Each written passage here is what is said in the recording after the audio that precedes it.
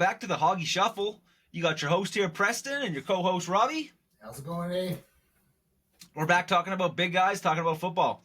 All right, so just want to talk about last week a little bit. You know, we had a great guest on. It was really informative episode, so if you get a chance to check it out, you should really, if you really want to talk about football stuff, you know, you want to hear people talk about actual experiences, playing in youth sports and playing in the Canadian football, that's the episode to tune in for. I think if you're thinking about making football your career, it's a good episode to watch. You know, we got a lot of good information that way for you guys. 100%. This week we're going to be going over the Protector Award. Obviously, that finally became a reality. You know, we've been talking about it the whole time we've had this podcast, and we really wanted to make sure that that it became a thing. And it's awesome that the powers that be finally decided to make it a thing, and it's going to be really cool. But we'll talk about that more. We got the big guy spotlight we're going to talk about, rookie radar, crack a few jokes, and then do a couple hot takes. Not the Raiders, but kind of. So it's going to be good. You know. I'm excited. You know, obviously talking about football. I think we're in week 7 now into this podcast, and I've had a really fun time with it. You know, I really have got to enjoy getting to talk to my brother here, getting to hear back from the fans. You know how much fun they've been having watching it, and just overall, just the experience has been pretty swell so far. I love hearing the comment. You guys just have really good open banter, and I mean, for a podcast to have good open banter, it means that we're commingling nice. We're getting off to a good start here, and we got nothing else but time, so here comes more episodes. Now, without further ado, let's talk about this Protector Award. Oh! So, like, it's awesome. You know, the NFL's finally decided to make an NFL honors for offensive linemen, and that's just huge. Goosebumps.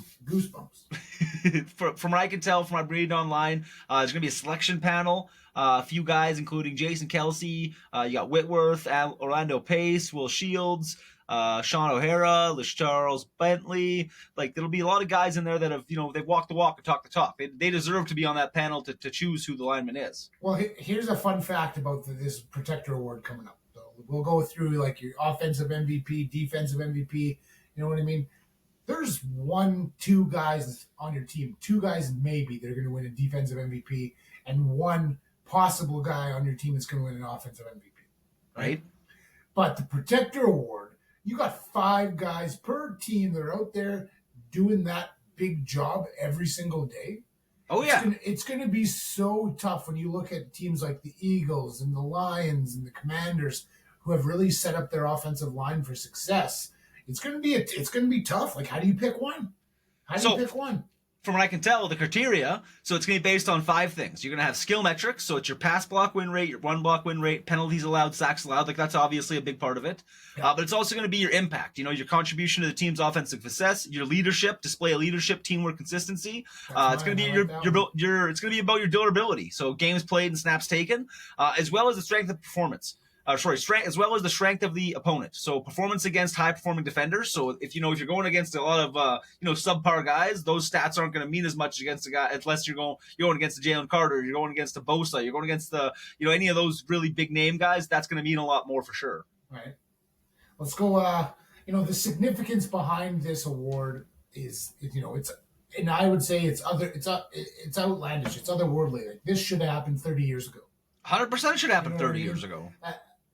To think about a place like a thing like the NFL and to not recognize the most important guys on the field, I'm going to say it. The offensive line is the most important guys on the field and the defensive line, because without them, 100%. Nothing happens. Not a thing. Absolutely nothing happens. Like we were talking about last week with the tush push getting potentially banned, and then obviously, powers that be, they realized it didn't happen. But a play like that, you take the offensive line out and it's nothing. At the end of the day, you need offensive line to be successful. And, for all the years out there where there was MVP and offensive player of the year, defensive player of the year, and they never shine the light down on the big boys who actually made it happen. And finally, we're getting the light. Finally.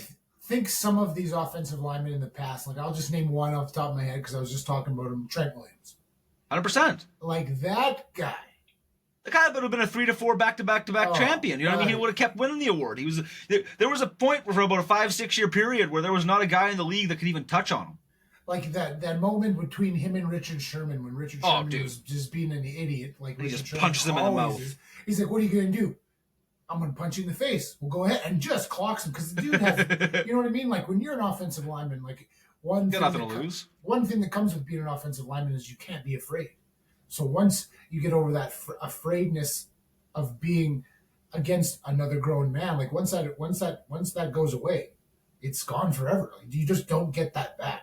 And like No, that's one crazy thing about football and being an offensive lineman, that fear for another man. You know that you're bigger. You know that you're stronger. You know that you're going to beat the bejesus out of this guy.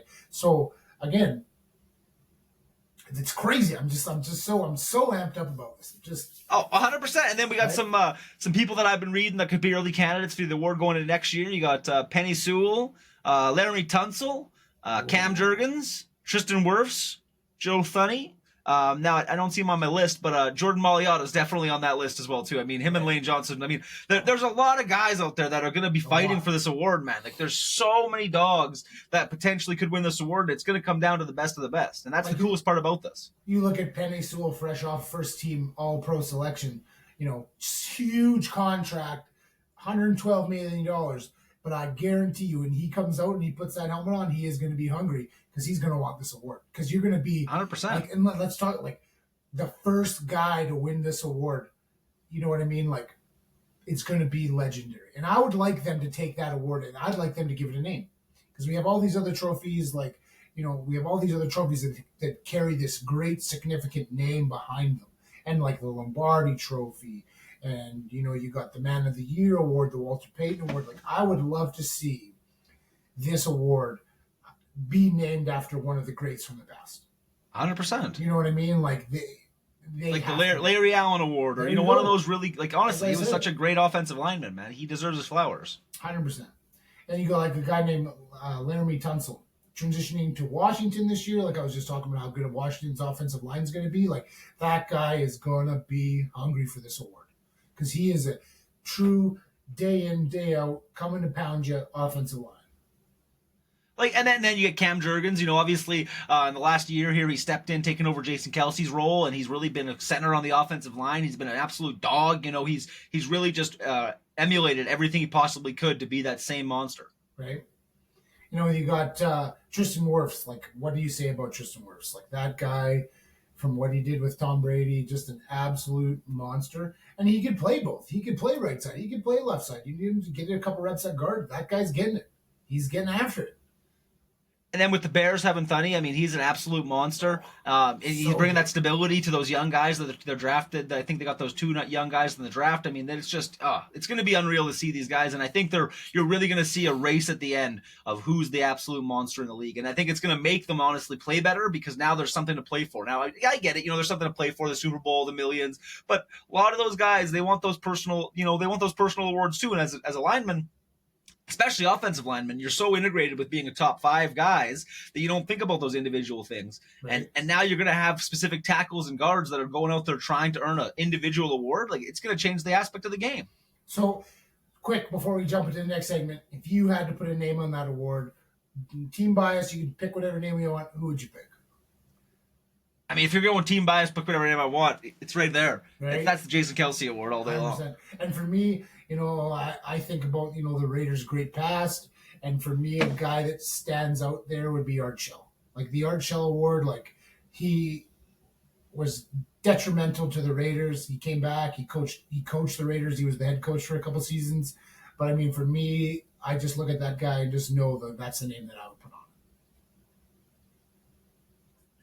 Now, breaking into these big guy spotlights here. Now, I know we talked about these guys a little bit just talking about this award, but I mean, going into these dudes, obviously the two big names that are going to come out this year, and I know he's already a big name. He's already the second highest paid guy in the league, but Penny Sewell, I mean, I think he's going to have just an unreal season for the Lions. I think he's going to go out there. He's going to be the center of what they have to do. He's going to protect them, and he's going to protect the quarterback in the pocket. He's going to make sure they have all the time in the world to make their successful plays they need to and pass the ball down the field. Like, the Lions are just coached so well. Oh, yeah. And their team mentality and their team motto is just like, let's just go after it. Let's be tough. Let's be big. Let's be nasty. Like Dan Campbell, just the way that he feeds energy to his team. What's that one quote where he's like, they can bite off my foot and rip off my leg, but I'm still going to fight. And I'm like, that's the kind of guy where he just feeds off the players feed off that. They really understand what it means to be a successful player when they have a coach in there, and he's really just putting those vibes into the locker room. My favorite Dan Campbell is I don't care where we'll play it. We'll play you here. We'll play you there. Hell, we'll play you in the parking lot. Like Yep, I like let's that get one. after it. Okay, who do we got next? So I mean, let's not. I know he's Philly, but Cam Jurgens at center. Oh yeah. Now to maintain a high level of football after one of the greatest centers that ever played the game retires, and you just step into that role and like, let's be honest, those weren't shoes to fill. Those were boats he had to Well, fill up. one thing you got to realize this is that Jason Kelsey made sure and handpicked Cam Jurgens for that role, and he basically was his mentor, keeping him up there, and stayed for the extra year to give him that extra boost he needed to take over that role, and that's why he came in with the feet running. He had the success he needed to really just go. And again, you can't speak more about the leadership that you need on your offensive line, and when a guy does that to make sure he picks the right guy for your offensive line, that's it's important. It's important. Oh yeah. We got some rising units. Houston Texans, young, talented, and improved coaching are setting the stage for a breakout season. And I do. Like I think that you're gonna see them come hot and heavy this year.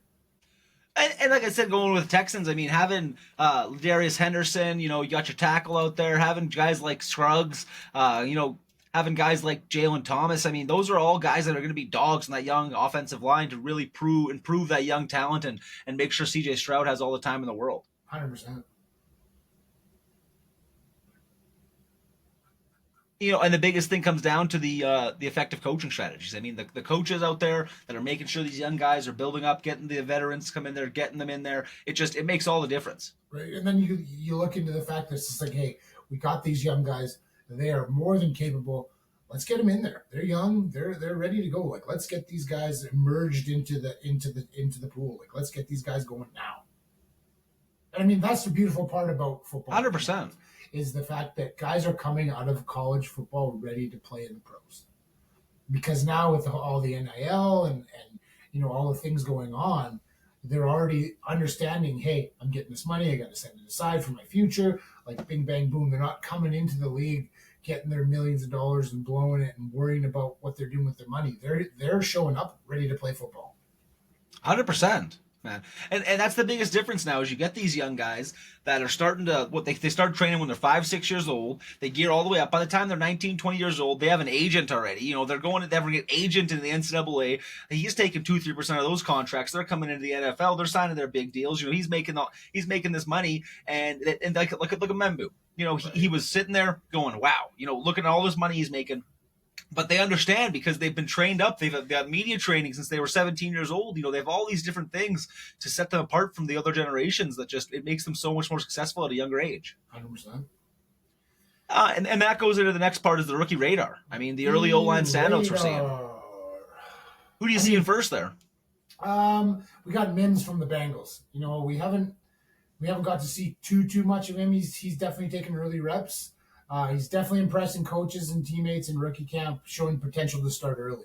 So, I mean, I watched a couple of sets with him practice this week. I don't know. He looks comfortable. He looks hungry. He looks ready to go. 100%. I completely agree. I think that, being the, quarterback out there with Joe Burrow, you need a couple extra guys out there. He gets sacked a lot. He's one of the highest sacked quarterbacks in the league. And if he can get the proper protection he needs, it's game over. It's game over. It's game over. There's not anybody in the league that can stop Jamar Chase. Not one guy. There's not one standout NFL defensive player right now that can stick with that guy. Even Cooper DeJean. I love Cooper. He's a great corner. Do I think he could cover him every play? Not even close. Not even close. Hey, it's fair enough. I mean, say what you want. There ain't nobody on the Chiefs is half as good as Jamar Chase. The next guy I want to talk about, I'm going to butcher this one, is Talihis Fuaja from the Saints. Despite some minor back issues during camp, he's expected to be a key contributor in the offensive line. I think he's going to be a good, solid rotationary guy. Could even rotate him as a 6 guy. He's going to be really good. Obviously, at the end of the day, he's a young guy. He's going to build himself up. But with the Saints, they need all the help they can get. With their quarterback situation they're in, where they're going to rotate a few different guys in there and see who the starter is going to be. I mean, they need to rotate their offensive line and see who the starter is going to be. And they really need the help they can get. I personally think that was all purposeful, what they did with the quarterback and not drafting Shedeur and really not really getting anybody. I think they're waiting for Grandpa's boy to come in. I really do. I really think that I'm not saying the tank, and I'm not saying they're going to tank this season. But what I am saying is, I truly believe They want Manning. You're going to see Arch Manning come in. He's going to get the same number as the original Arch Manning, and I don't know, could be a match made in heaven. Who do we got next?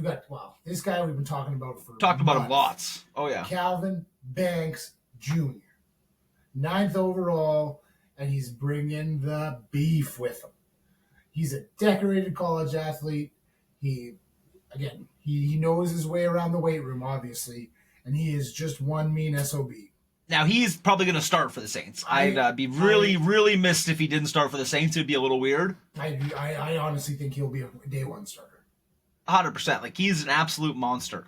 Like the stats he's got, I mean, he's going to be an absolute monster. The dude's 6'5", 315 pounds. Like, he is just an absolute dog. Right. Like, he's the winner of the 2024 Lombardi and Outland trophies. He's going to be a day one starter. It's that simple. Oh, yeah. Hands down. He's going to be just an absolute monster for the league. Again, he's going to be possibly candidate for, Future Protector of the Year award. I think so. You'll see that guy in that awards, in that running for the award within the next 3 to 4 seasons. I really believe that. I do too. Like, he's going to be such a monster, man. And the last guy there is Wyatt. Isn't it Wyatt Milliam? Wyatt Milliam for the Jaguars. He's a 3rd-round pick.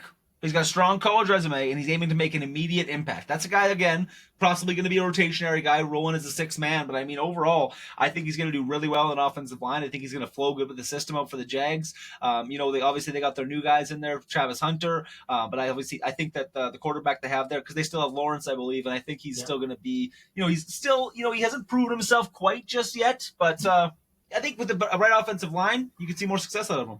Fun fact. Mason Rudolph's stats are almost exactly identical to old Taylor there, or Lawrence. Oof. Yeah. All right, we got next coming up. We got the mailbag and hot takes. Woo-hoo-hoo. Well, I'll ask you this one then. Who do you think is the most underrated tackle in the league right now? And the fans, I want you to hit me in the comments. Who do you think as well? I'm going to have to go... That's a hard one. Off the top of my head, I don't really. Trent Williams. How do you say no about Trent Williams? I mean, the guy. He's old. He's dependable. He never misses a game. Like, really ever. Like, the dude is just an absolute monster, in my eyes. And you know what? As I said, he's getting a little old. But again, I think coming up, he's going to be. I think he's still got some gas in the tank, and I think. For like a new up-and-comer, I'm going to go with my guy from the Raiders, Jackson Powers-Johnson. I know he's not a tackle, but I'm going with that guy. And that's fair. The guy I'm going to go with, actually, he's going to be, where is it at here?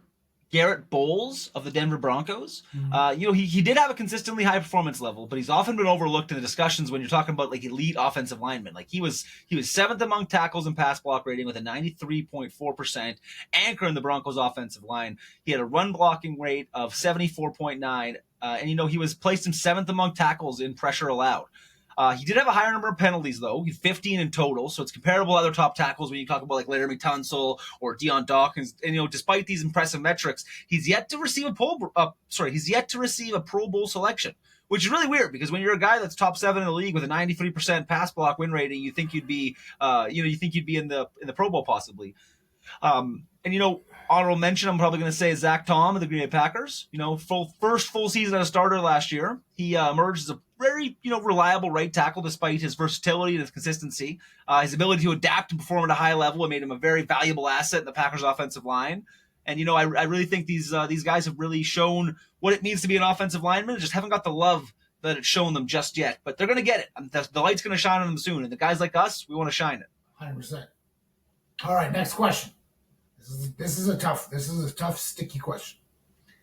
Can the Bears revamp the O-line to keep Caleb Williams upright? I think so. I think what they're doing right now, obviously getting the young guys in there, they're doing the right things. They brought in Funny, they brought the veterans in, they drafted 2 of the younger guys as well too. They really made a significant stride to boost their offensive line.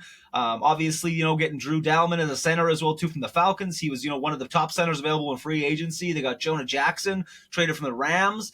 He's expected to return to his position at right guard as well. Trapillo, I think he's going to be a solid guy. We talked about him in the last few episodes as well too. That's the rookie they drafted in there. And then Darnell Wright. He's in his 3rd season. He's been a consistent presence on the offensive line, starting all 17 games in his rookie year and 16 games in his 2nd season. So you can expect him to pretty much be a full season starter again, too, and really bolster just what they have for the offensive line. Absolutely. So now I'm going to ask you this last one then. So let's say you were in your prime, you're playing football, let's say your prime about 27, 28 when you were just really vibing, you were really feeling it. Who would you rather block in a one-on-one situation? Is it going to be Aaron Donald or J.J. Watt? Definitely. That's fair. That's a fair one. Yeah, it's not even a question. That's completely fair. Came up on reading the screen, but I'm sorry. You show me a guy in the last 20 years that was as disruptive as Aaron Donald. Or maybe ever. 100%. You know what I mean? Like, he's the Lawrence Taylor of the D tackle. Unblockable. Sometimes need 3 guys to block that guy. And I get what you mean in that sense. Like, Aaron Donald is just a specimen of a human being, being that big, and he's not like a tall guy. He's an undersized for his position. But I'm talking about physically muscular big. Like, there is no man that can create that size and strength with that body he has. And he goes up against dudes that are 4, 5, 6 inches taller than him, that have 4 or 5 inches of reach, and he just manhandles them with one arm like it's nothing. Well, that's what happens when you can bench press 500 pounds. And then I'm going to roast into this. Now, I'm not saying J.J. Watt wasn't great. J.J. Watt was an absolute monster. Absolutely. I think he's still the only player to ever have a fumble recovery, interception, and catch a touchdown in the same season. I'm pretty sure. Did he win Defensive Player of the Year? I think that, both those guys' names have been thrown out there for MVP. And, you look at Aaron Donald's season when they won a championship. Tell me that he didn't have MVP numbers. Man, he was a monster. Right? When they were fighting off against the Bengals in that Super Bowl, it was disgusting. He was just ripping, roaring left and right. He was in Joe Burrow's face all night long. All night long. Absolutely gross. All right. Hey, you got some jokes, I hear. I heard a little birdie say you got some jokes cooking. I got a couple little funnies. What do you want, the funniest one first or second? Hit with the funniest one you got. Let's see it. Okay. Let's hear it first. All right. Why don't offensive linemen ever get haunted by ghosts? I don't know. Why don't they get haunted by ghosts? Because even ghosts are scared to get hit in the A gap. Okay, one more sneaky one. Why did the offensive lineman bring string cheese to practice? I don't know. Why did he bring string cheese to practice? Because he's all about that stretch, baby. We thought we'd just brighten it up a little bit, get a little couple funnies out there, maybe make those into some little increments. I'll hit one more. I got one then. I got one. Let's hear it. Why don't offensive linemen ever get lost? Why? Because they always stay in the gaps. That's too funny. All right, now we're going to hit into a couple of hot takes. So, let's just get into it. Most overpaid lineman currently. Who do you think it is? My most overpaid offensive lineman is going to be Robert Hunt of the Carolina Panthers. This dude's on a 5-year, $100 million deal, $63 million guaranteed, and he hasn't made a Pro Bowl or an All-Pro team yet. So, wow. You're telling me that you're a $100 million asset. You're getting $60 million, and you aren't fighting to make a Pro Bowl yet? That's, if I'm the owner, if I'm the GM, that's raising a lot of questions about your value and if I'm keeping you on the team. At the end of the day, now there's so much guaranteed money thrown around, they kind of can't cut you. They have to leave you on the team, but it's just this is the problem with guaranteed money, is that these guys can do this where they're just sitting there and they don't really have to do much. They can just be on the team because they know at the end of the day, I got 60 mils coming. I'm good. I'm relaxed. I'm chilling. And that's true. That's the biggest part about the whole thing. It's you look at guys and they get this contract and they're, spending time with their family and they're not paying attention to the league and not doing those things. But that's one thing that we touched on about the NIL and what that's going to bring to the league. having guys come out and just be ready to go. Well, and that's the problem with the Panthers. They also have Monton on there, Monton, and he's hitting a $31 million cap hit this year. It's the highest for any lineman in the league. And the dude's at the end of his contract. He's probably going to retire. Like, that seems like a lot of money you're putting out there for this, older veteran guy that you potentially could have a couple younger dudes in there, a couple younger rookies taking those reps, filling those spots. Right. Like, that's just bad ownership, bad coaching. The guy that I'm thinking about is Trent Brown. Trent Brown, that's fair, yep. Trent Brown was a great offensive lineman for the Patriots, came to the Raiders and absolutely whiffed her hard. Now I believe he is with Houston. That sounds about right. He's with Houston now. Played for the Bengals. Now he's with the Texans. 4-year. What do we got here? 4 years, $66 million contract. I'm giving that contract 2 thumbs down because that guy is a waste of talent. Excuse my language. 5 big dooms. But he burnt the Raiders for like $160 million and played 3 games. Oof. Garbage. Predictions for surprise breakout lineman in the upcoming season. And I'm just going to start because I already said his name. I think the Raiders drafted a center 2 years ago, put him at guard because we had a center. He's at guard, or he's at center now because he demanded it. He told the coach, he said, hey, I'm going to center. He said, he won the best center award in Pac-12.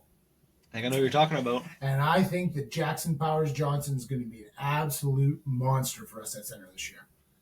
Well, I mean, you got to realize the guy was a second-round pick in 2024. He started all 14 games as a rookie. He was the PFWA All-Rookie team. Now with a year under his belt, he's expected to solidify his role and potentially become one of the league's top interior linemen. I mean, that's going to be a dog. I think he's coming. His mentality for being an offensive lineman is picture perfect to what you want your guys thinking, talking, and doing. My guy, I'm going to choose Dylan Fairchild. Now, he's a guard for the Bengals. He was selected in the 3rd round of the draft this year. And he's garnered a lot of attention in the offseason workouts. Veterans like Orlando Brown and Ted Karras have praised his strength and work ethic and maturity. And with a strong showing in training camp so far, it sounds like he possibly could secure a role at starting left guard. That's cool.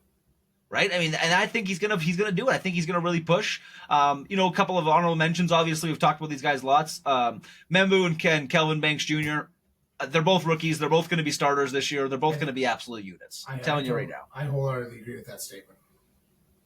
Put my stamp on it.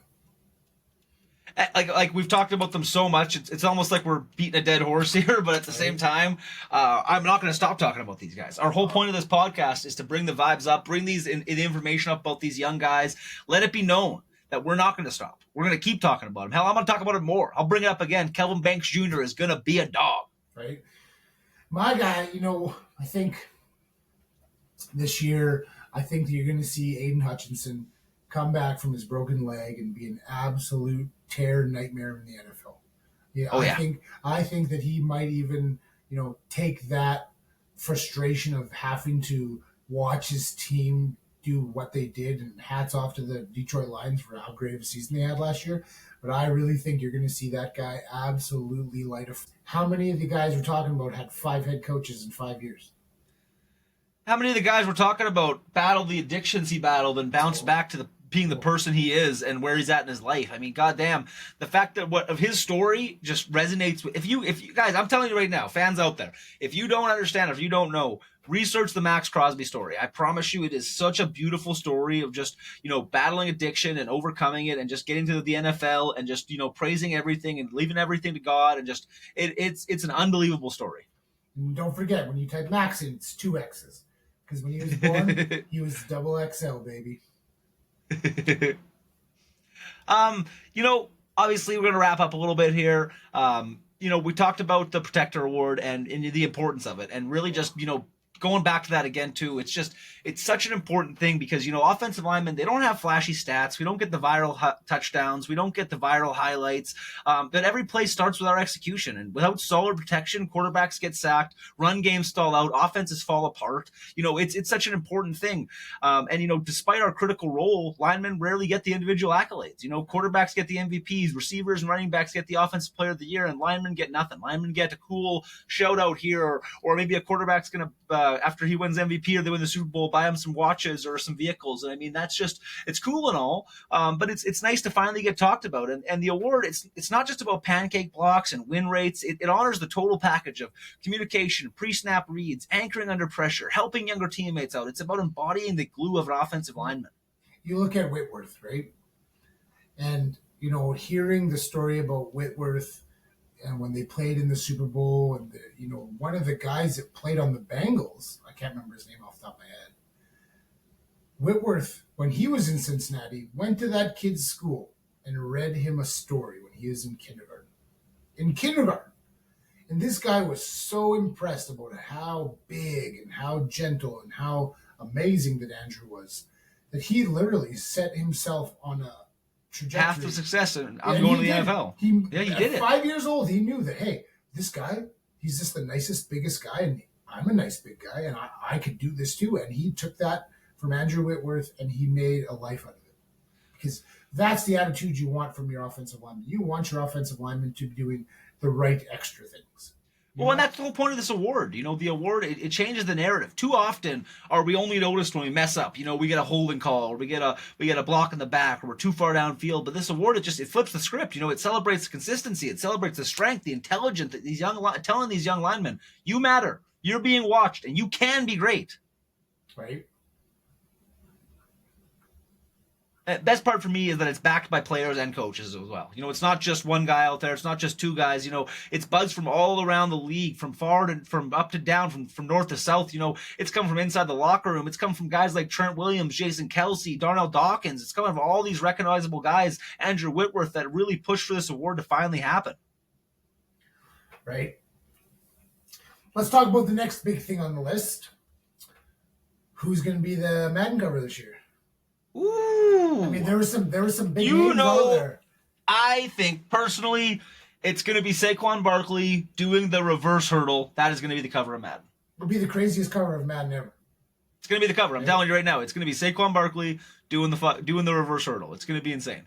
It's too bad it wouldn't have been last year for him to get the cover, because then it would have been like 20 years in between when McNabb did it to, when the Eagles get in the next one, and that would have been cool. But I mean, at the end of the day, it doesn't matter who gets on the cover. It's a big deal for your team when one of the guys off your team makes that Madden cover. Oh yeah, and I mean, they always say the Madden curse or this or that, but I mean, I don't believe in that. I truly don't. I think at the end of the day that it's a video game. It has nothing to do with football. It's the same game for the last 20 years, but they just slap a new cover on it. It's all it really is. Because I mean, how do you look at Jamar Chase and not put Jamar Chase on that? I mean, he's a Triple Crown winner. Ain't too many Triple Crown winners out there. And I look back at it, and it reminds me of I think it was Madden 11. Madden 12, maybe that was Madden 12, where they had the dual covers. It was Madden 12, where they had Palomalu and Hines Ward on there. Yeah. And that was the first. I was probably 12, 13 years old, maybe even younger. And that was the first Madden experience that I got to have, having two Madden covers on there. And that's how I always thought it was. I was like, oh, cool, there's two guys on it, offense versus defense. This makes sense. And then it never happened again. We're almost 20 years later. It still never happened. Didn't it happen?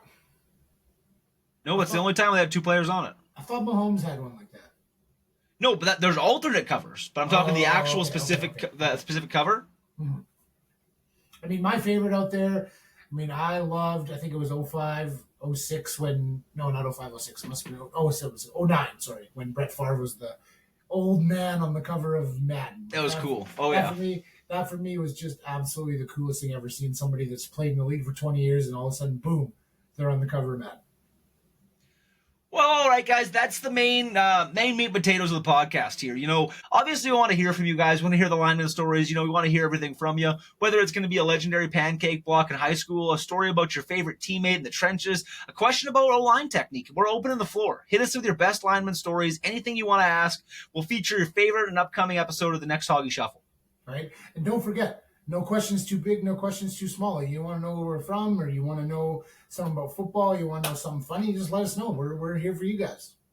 Little teaser for next week, so you guys want to tune in. We're going to talk about some of the top bullies in the league. You know, the nastiest linemen nobody ever wanted to play against, past and present. And I want to talk about those old dogs because they deserve the love too. Right. You know, they never got the love back in the day, and we're going to give it to them now as well. 100%. We'll throw out some names there that, you know, we think in the past that absolutely deserve to win this award. And you know what? Maybe they should go back through history and just start naming guys that should have won the award and just giving it to them. Because, I mean, exactly. it would only be fitting.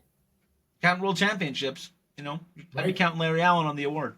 Next weekend's going to be a different episode, too, because I'm going to be... Oh, I forgot about that. I'm going to be where you are, so... We'll be back a little bit different, kind of like last week when we had me and Austin together. We're going to set it up like that, where me and Rob are going to be in the same room filming the podcast together. It's going to be a lot of fun. It's going to be a little bit different, but it's going to be a lot of fun. And I'm going to be wearing a really smart shirt. It's going to be my first time on the podcast without a Raiders gear on. Ooh, we'll see. We'll see. It's going to be good. Awesome, guys. All right. Well, tune back in next week. Thanks so much for listening. We're signing off. All right, signing off. We want your feedback. Hit us up.